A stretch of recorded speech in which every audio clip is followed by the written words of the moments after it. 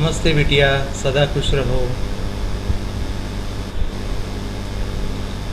Myself, JVN Dr. Hemant Vyas, Associate Professor and Head of Department of Surgery, Faculty of Homeopathic Science, Jyoti Vidyapeeth, women's university Jaipur. आज के session में हम discuss करने जा रहे हैं थायराइड डिसऑर्डर्स के बारे में। आज हम डिस्कस करेंगे थायराइड डिसऑर्डर्स के हाइपर फंक्शन की वजह से होने वाली बीमारियों के बारे में, ये डिसऑर्डर्स के बारे में। सो फर्स्ट नॉर्मल एनाटॉमी और फिजियोलॉजी के बारे में एक शॉर्ट डिस्कशन करते हैं। So thyroid gland is the largest endocrine gland of our body. It is located inferior to cricoid cartilage, butterfly shaped organ which is comprising of two lobes, the lobus dexter which is on right, lobus sinister which is on left. then weight को अगर देखा जाए तो thyroid gland का wait 18 से लेके 60 grams हो सकता है अडल्ट्स में, जबकि प्रेगनेंसी के दौरान थायराइड ग्लैंड का वज़न फीमेल्स के अंदर बढ़ जाता है। This is physiological. Histologically, it is made up of follicular and parafollicular cells. This is how a thyroid gland looks like, which is situated below the cricoid cartilage. Now functions को अगर देखें तो दो टाइप के hormones जो हैं वो thyroid gland secrete करती है, thyroid hormones and calcitonin. Now there is a mechanism which is called as negative feedback mechanism, जिसके थ्रू थायराइड ग्लैंड अपना सिक्रीशंस जो है थायरॉक्सिन और T3 और T4 के सिक्रीशंस को रेगुलेट करती है नेगेटिव फीडबैक मैकेनिज़्म के थ्रू। ये मैकेनिज़्म पिट्यूटरी ग्लैंड और थायराइड ग्लैंड इन दोनों को इन्वॉल्व करता है।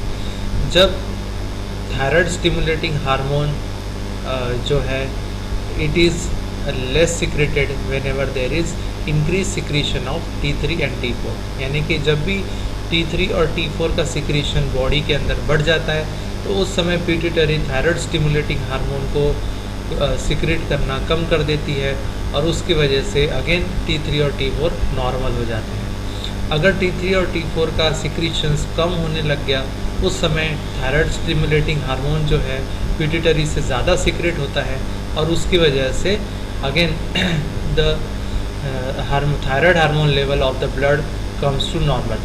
सो this is called as negative feedback mechanism. उसके बाद में देखते हैं कि हाइपर सिक्रीशन ऑफ थायराइड की वजह से कौन कौन से डिसऑर्डर्स हैं जो डेवलप होते हैं, जिसके अंदर सबसे पहला है Graves disease, then thyroid storm and toxic thyroid nodule. Toxic thyroid nodule के अंदर एक सिंगल नोडल जो है वो फॉर्म होता है थायराइड ग्लैंड के अंदर and it may be carcinogenic और मैलिग्नेंट भी हो सकता है, पॉसिबिलिटी होती है इसमें। then let's discuss about thyrotoxicosis, hypermetabolic clinical syndrome resulting from serum elevation of thyroid hormone, that is T3 and T4. The causes are Graves' disease, multinodular goiter and toxic adenoma. Graves' disease is the most common form of the thyrotoxicosis. इसके बाद में grave disease को discuss करेंगे। This is an autoimmune disease most commonly found in female. The ratio of female to male is 5:1 to 10:1. Has a strong heredity component and diagnosis is mainly made by the clinical signs and symptoms. अगर clinical science और symptoms को अगर हम देखें तो इसके अंदर कुछ इंपॉर्टेंट सिम्टम्स हमको मिलते हैं, जैसे कि skin is warm and moist, palms are warm and moist and hyperemic and plumber nails are seen. Plumber nail का मतलब होता है कि नेल जो है वो अपने अटैचमेंट से, जो उसका अटैचमेंट है या रूट है वहाँ से ये कम्प्लीटली लूज़ हो जाते हैं और निकलने की वहाँ से प्रोसीजर शुरू होती है। Then pretibial myxoedema. Myxoedema is found in both hypothyroidism and hyperthyroidism. Alopecia and vitiligo, ये एलोपेशिया और विटिलिगो ये भी एक टाइप के ऑटोइम्यून डिसऑर्डर्स हैं जो कि इसके साथ में ग्रेव डिसीज़ के साथ में मिल सकते हैं। सीवियर केसेस प्रोप्टोसिस में भी सीन। प्रोप्टोसिस का मतलब होता है, जैसे कि हम इस डायग्राम के अंदर देख रहे हैं, enlargement of the eye ball. Eye ball अपने सॉकेट से इतना इनलार्ज हो जाता है या पुश फॉरवर्डली पुश होता है कि वो, this condition is called as proptosis. Then excessive sweating and heat intolerance. Serious symptoms include palpitation, CCF, that is congestive cardiac failure, isolated systolic hypertension. Then metabolic syndromes include weight loss despite of increase in appetite. इसके बाद GIT symptoms में hyper defecation, यानी बार बार patient को defecation के लिए जाना पड़ता है, exacerbate bronchial asthma. Central nervous system symptoms include nervousness, irritability, tremors, insomnia, proximal muscle weakness. In females, amenorrhea and oligomenorrhea are common. In males, impotence and loss of libido are common. उसके बाद आई science जो है ये काफ़ी important होते हैं grave disease के, और इनके ऊपर कई बार शॉर्ट नोट या लॉन्ग क्वेश्चन भी पूछा जाता है। सो वॉन ग्रिफिथ साइन सबसे पहले इसके अंदर है, वॉन ग्रिफिथ साइन। तो वॉन ग्रिफिथ साइन को हम लीड लैग साइन भी कहते हैं।